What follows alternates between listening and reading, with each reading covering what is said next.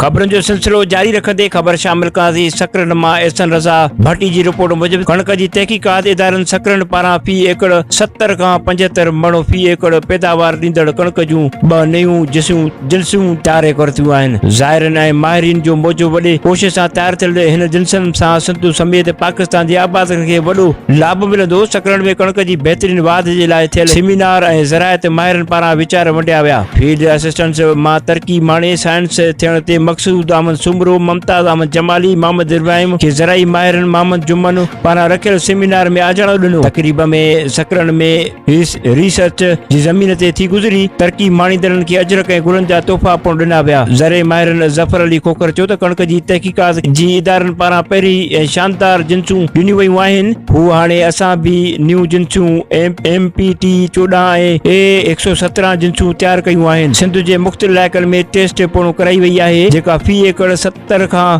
75 मण फी एकड़ पैदावार ॾींदियूं। हिन ॿुधायो त मज़कूरा जिन्सूं सिंध हुकूमत वॾे पाइप लाइन में मौजूद आहिनि। कणक जी तहक़ीक़ात इदारनि जी ठाहिण लाइ अॻी फी एकड़ 10 मण खणंदो हो ऐं कलीमुल्लाह शेख चयो त दुनिया जी मुल्कनि में रिसर्च तेज़ आहे। आबादकार 120 मण खणी थो, असां अञा 70 ऐं 75 फी एकड़ पैदावार खणी रहिया आहियूं।